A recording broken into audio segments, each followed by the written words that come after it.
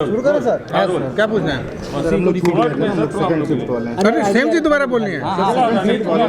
अरे बहुत शॉर्ट में, ज़्यादा नहीं, इतना नहीं। सर ये जो इवेंट्स रहेंगे, एक महीने का जो पूरा महोत्सव टाइप का जो आयोजन है वो BHU के एम्फी थिएटर में चलेगा, जिसमें हमारी प्रदर्शनियाँ होंगी, फूड कोर्ट होंगे। वो देखें, वो सारा का सारा कार्यक्रम जैसे महोत्सव होता है वैसे एक महीने चलेगा। तो 2 पार्ट में ये आयोजन किया जा रहा है। शुभारंभ 19 तारीख को रखा गया है, उसके बाद ये सारी चीज़ें चालू हो जाएंगी। 18 तारीख से स्टॉल, कल्चरल प्रोग्राम, ये सारे के सारे लगभग हमारे चालू हो जाएंगे।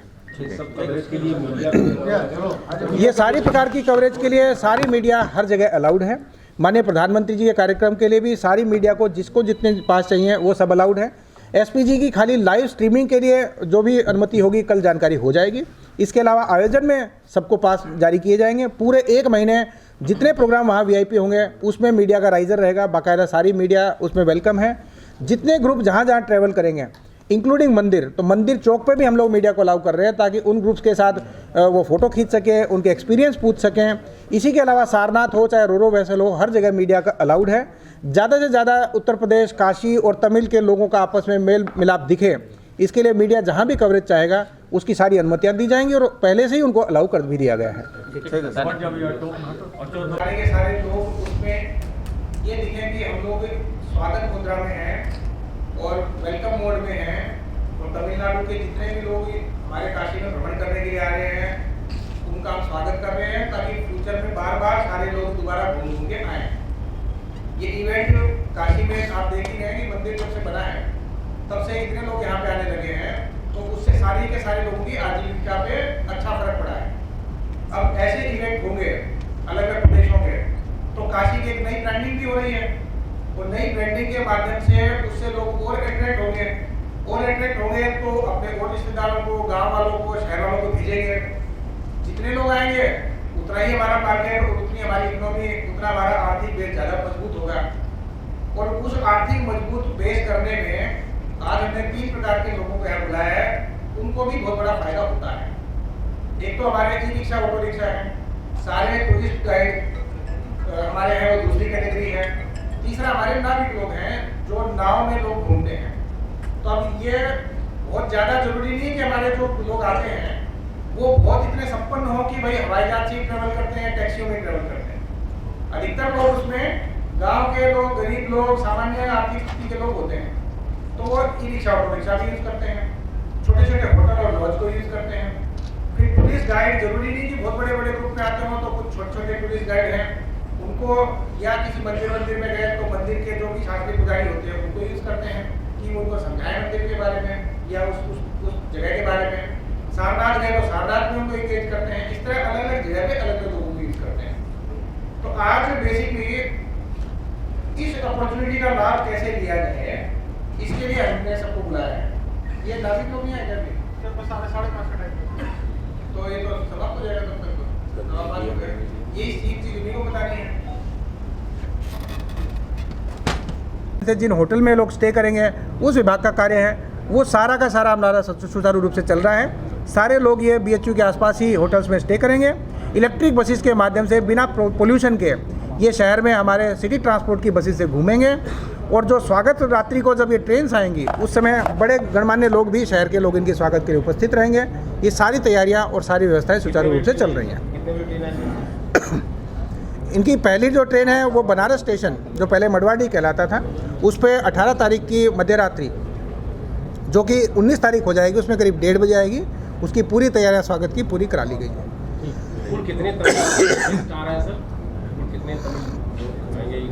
सर, प्रधानमंत्री का जो कार्यक्रम होगा उसमें कितने लोगों की मौजूदगी होगी और क्या कोई जनसभा भी प्रस्तावित है?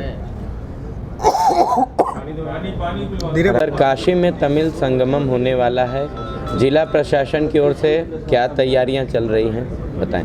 काशी में तमिल संगमम को लेकर सारी वृहद तैयारियां चल रही हैं। जितने भी स्वागत के कार्य हैं, होर्डिंग लगना हो, सजावट हो, जैसी देव दीपावली पे हुई थी वैसे कार्य सारे चालू हैं, अपनी अंतिम स्टेज में हैं।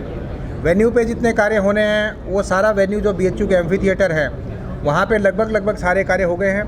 स्टॉल्स के जो हमारे एग्जीबिटर्स हैं, जो फूड कोर्ट चलाने वाले लोग हैं, ये भी तमिलनाडु से आने शुरू हो गए हैं और सारे के सारे स्टॉल्स हमारे कल शाम तक चालू हो जाने की उम्मीद है। सांस्कृतिक कार्यक्रमों को करने वाले जो लोग हैं वो भी आने प्रारंभ हो गए हैं। अब जो हमारे काशी के लोकल लोगों को इसके साथ कनेक्ट करना है वो कार्यवाही हम लोगों ने शुरू की है। काशी एक लघु भारत है जिसमें सारे के सारे स्टेट्स के लोग रहते हैं। वो सारे स्टेट्स के लोग साथ ही साथ यूपी के हमारे काशी के लोकल लोग तमिल भाई बहनों का स्वागत करें, उनके साथ अपना जुड़ाव महसूस करें और स्वागत के योग्य काशी को बनाएं। यहाँ पे बिहेवियरल जो है उनकी सहायता के लिए जितने भी अच्छे प्रदर्शन हो सकते हैं हम लोग उनके साथ एक भारतीयता का कनेक्ट बनाएं। ऐसे हम लोगों की जो तैयारियां हैं अब वो सॉफ्ट तैयारियां हैं वो चल रही हैं। इसमें सारे प्रकार के लोग शामिल हैं। हमारे जितने भी ई रिक्शा ऑटो रिक्शा के लोग हैं जो ये सारे श्रद्धालु और जो हमारे पर्यटक यूज़ करेंगे उनमें ये स्वागत का भाव हो। हमारी नाविकों के हैं जो जितने भी नाविक भाई बहन हैं उन सब के ये झलके, साथ ही हमारे जितने टूरिस्ट प्लेसेस पे लोग जाएंगे उनमें झलके, मंदिरों में जाएंगे तो मंदिरों के जो हमारे गाइड अर्चक पुजारी हैं उनके व्यवहार में झलके। साथ ही साथ काशी के सारे लोग कुछ तमिल वर्ड सीखें, कुछ तमिल भाषा का एक दो सेंटेंस सीखें, कुछ स्वागत योग्य जो कुछ भी कर सकें वो तमिल भाषा में करने का प्रयास करें। उसके लिए एक भाषिणी ऐप है भारत सरकार की, वो भी शहर में डाउनलोड करने का आज से अभियान चलाया जा रहा है, जिसमें हम कोई भी सेंटेंस बोले तो वो दूसरी भाषा में ट्रांसलेट करके देता है। तो जिसको भाषा नहीं आती वो भी साधारण सेंटेंस सीख कर ऐसे लोगों से अपना एक जुड़ाव बना सकते हैं।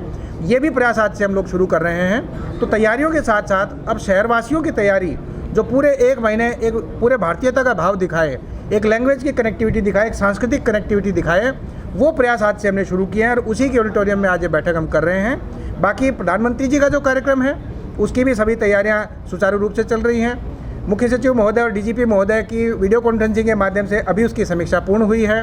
उसकी चाहे साइट की तैयारियां हो, फायर सेफ्टी है, इलेक्ट्रिकल सेफ्टी है, स्ट्रक्चरल स्टेबिलिटी है, वो हो, पब्लिक जहां से आएगी उनकी एंट्री एग्जिट हो, पार्किंग की व्यवस्था हो, जितने हमारे ग्रुप तमिलनाडु से आ रहे हैं उनके ट्रेन पे स्वागत करने से लेकर साइट तक ले जाके उनकी व्यवस्थाएं करने का है।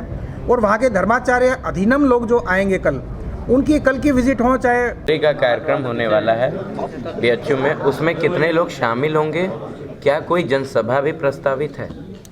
माननीय प्रधानमंत्री जी का जो कार्यक्रम बीएचयू के एम्फी थिएटर में होना है उसमें तमिल का जो पहला ग्रुप आ रहा है उसी के सीक्वेंस में ही ये पहले दिन का आयोजन 19 तारीख को किया जा रहा है। ये ग्रुप जब 18 की मध्य रात्रि में आ जाएगा तो 19 को फर्स्ट ग्रुप का फर्स्ट डे होगा। उसी दिन इनॉग्रेशन सेशन प्लान किया गया है और एक बड़ी जनसभा जिसमें 10 से 12 हज़ार लोग रहेंगे वो वहीं बीएचयू एम्फी थिएटर में आयोजित की जाएगी, जहां पूरे एक महीने के कार्यक्रम चलने हैं। उसी में जो कार्यक्रम की रूपरेखा है, जो वहाँ पे ग्रुप्स आएंगे उनके कल्चरल प्रोग्राम हैं, उन्हीं के साथ कुछ इंटरेक्शन का भी कार्यक्रम है और जनसभा के माध्यम से कुछ तमिल पर्सनैलिटीज़ होंगी, उनका उद्बोधन होगा। साथ ही साथ माननीय प्रधानमंत्री जी का भी इसमें मार्गदर्शन मिलेगा। साइट पे ही जहाँ पे स्टॉल्स हैं, जहाँ पे पूरे महीने के कार्यक्रम चल रहे हैं, वहीं पे एक बड़ा हैंगर बनाया गया है। वो बड़ा हैंगर पहले दिन के कार्यक्रम के लिए है, उसके बाद उसको हटा के छोटा हैंगर लगा दिया जाएगा जो पूरे महीने वहाँ कंटिन्यू करेगा और अलग अलग ग्रुप के लिए फिर अलग अलग डिग्निटरीज़ बाकी 11 प्रोग्राम्स के लिए भी वहाँ पर आएंगी। तो प्रधानमंत्री जी की सभा है वो पहले दिन इसीलिए रखी गई है कि पहले ग्रुप का पहला दिन होगा।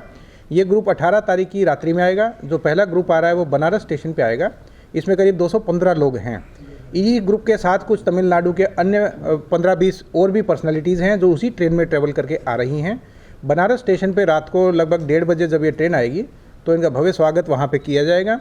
इनफैक्ट जितने भी 12 ग्रुप आ रहे हैं उनके सभी के स्वागत के लिए पुष्प वर्षा का कार्यक्रम है, डमरू दल का कार्यक्रम है और वहाँ पे बाकायदा होर्डिंग पोस्टर प्रचार के माध्यम से यहाँ के राजनीतिक लोग और हमारे जितने भी हमारे माननीय मंत्रीगण हैं, प्रशासनिक लोग हैं, वे सारे लोग स्वागत करने जाएंगे। तीनों स्टेशन हैं हमारे, उस पर अलग अलग दिन अलग अलग ट्रेन आएंगी। जो दूसरा ग्रुप है जैसे वो वाराणसी कैंट स्टेशन पे आएगा, तीसरा ग्रुप है वो दीनदयाल उपाध्याय स्टेशन पे चंदौली में मुगलसराय आएगा। इसी प्रकार से परिवर्तन कर करके तीनों स्टेशन पे ये ट्रेन आएंगी। हर स्टेशन पे 4-4 ट्रेन आनी है। तो इनका स्वागत का जो सिलसिला है वो लगभग सेम रखा गया है और फॉर्मेट है उसका वो सेम है। पहले दिन क्योंकि यहाँ पे और भी गणमान्य लोग रहेंगे तो हो सकता है कि पहले दिन के स्वागत करने के लिए ज़्यादा लोग जाएं, परंतु जैसा स्वागत इनका वहाँ से रवानगी के टाइम पे हुआ है चेन्नई में, वैसा ही भव्य स्वागत यहाँ वाराणसी में भी कराया जाएगा। बीएचयू रहेगा कि अन्य जगहों पे भी आएगा? जो कार्यक्रम रखा गया है बीएचयू के एक कैंपस में स्टॉल्स जो लगाई गई हैं उसमें हस्तशिल्प की प्रदर्शनी है, फूड स्टॉल है, वो पूरे एक महीने वहीं पे चलेगी। काशी के सारे लोग, सारे स्कूल्स, वो सारे रोटेशन में जाके एक महीने उसको देखेंगे। इसी के साथ एक महीने लगातार शाम को वहाँ कल्चरल प्रोग्राम हुआ करेंगे। वो कल्चरल प्रोग्राम के लिए भी साउथ के, तमिलनाडु के परफॉर्मेंस आएंगे। प्रतिदिन वहाँ पे कार्यक्रम होंगे। जो तमिलनाडु के लोग आ रहे हैं वो 12 अलग अलग ग्रुप में आएंगे। उन 12 ग्रुप के घूमने का जो प्लान है वो भी पूरा का पूरा निश्चित किया गया है। वो 2 दिन जब वाराणसी में रहेंगे तो पहले दिन की शुरुआत उनकी काशी विश्वनाथ मंदिर से होगी। उसी के साथ विशालाक्षी मंदिर, अन्नपूर्णा मंदिर या काल भैरव मंदिर, वो सारे मंदिरों के दर्शन 3 साढ़े 3 घंटे में पहले दिन में ही हो जाएंगे। उसके बाद अन्य क्षेत्र में वो भोजन ग्रहण करेंगे। इसके बाद वहाँ से दोपहर को सारनाथ जाएंगे। 2 घंटे सारनाथ में म्यूजियम, आर्कियोलॉजिकल साइट देखेंगे। उसके बाद वहाँ से वो रविदास पार्क जाएंगे, जहाँ से उनको रोरो वेसल में पूरे गंगा जी के घाट 3 घंटे दिखाए जाएंगे। इस प्रकार से उनका पहला दिन व्यतीत होगा। दूसरे दिन सुबह 6 बजे वो हनुमान घाट जाएंगे। सुब्रमण्यम भारती जी का जो घर है उस एरिया में जहाँ तमिल लोग रहते हैं, उस एरिया में जाके गंगा स्नान की इच्छा होगी तो वो भी वॉलंटरली आयोजित किया गया है। 2 घंटे का कार्यक्रम सुबह 6 से 8 वहाँ होगा दूसरे दिन। और उसके बाद 10 बजे से लेके 1 बजे तक सभी ग्रुप्स का एक इंटरेक्शन का सेशन होगा, जिसमें वो उत्तर प्रदेश वाराणसी के समकक्ष लोगों से मिलेंगे। स्टूडेंट्स का ग्रुप है तो स्टूडेंट से मिलेंगे, अगर व्यापारियों का ग्रुप है तो यहाँ के व्यापार मंडल से मिलेंगे, इंडस्ट्री के लोगों का ग्रुप है तो इंडस्ट्री के लोगों से मिलेंगे। वो 10 बजे से लेके 1 बजे तक का जो उनका ग्रुप्स का कार्यक्रम है वो आपस में विचार विमर्श करने का है, गोष्ठी करने का है, वो वर्कशॉप के रूप में होगा। उसी के उपरांत वहाँ पे उनका लंच होगा। ये सारी व्यवस्थाएं 3 जगह पे विभक्त की गई हैं। 7 ग्रुप हैं वो BHU में ही इंटरेक्ट करेंगे, 3 ग्रुप TFC में जा के ये कार्यक्रम करेंगे और 2 ग्रुप काशी विश्वनाथ मंदिर में आके ये काम करेंगे। ये 3 घंटे का कार्यक्रम दूसरे दिन का जब हो जाएगा, शाम को इनको उस कल्चरल प्रोग्राम में ले जाया जाएगा, जो कल्चरल प्रोग्राम वहाँ पे BHU के एम्फी थिएटर में होगा। वो दूसरे दिन का जब शाम का कार्यक्रम होगा तो ऐसे 12 जो दिन होंगे उसमें 12 अलग अलग डिग्निटरीज भी आएंगी, जो तमिलनाडु की पर्सनैलिटीज़ होंगी, उत्तर प्रदेश के माननीय मंत्रीगण होंगे, वो बदल बदल के उसके चीफ गेस्ट अन्य 11-12 दिन होंगे। वो सेकंड डे शाम को एक कार्यक्रम देखेंगे। जब 2 दिन का कार्यक्रम वाराणसी में पूरा हो जाएगा तो अगले दिन सुबह वो प्रयागराज के लिए प्रस्थान करेंगे। लौट के वो चौथे दिन फिर शाम को आएंगे और TFC का म्यूजियम और हस्तशिल्प का प्रदर्शनी देखते हुए रात्रि 10 साढ़े 10 बजे के आसपास रेलवे स्टेशन के माध्यम से वो प्रस्थान कर जाएंगे। तो इस प्रकार से 2 दिन पूरे और चौथे दिन का सेकेंड हाफ का पार्ट हर ग्रुप यहाँ पे स्पेंड करेगा। इन ग्रुप के तो पैरेलल कार्यक्रम चलेंगे ही, लेकिन साइट पे जो हमारे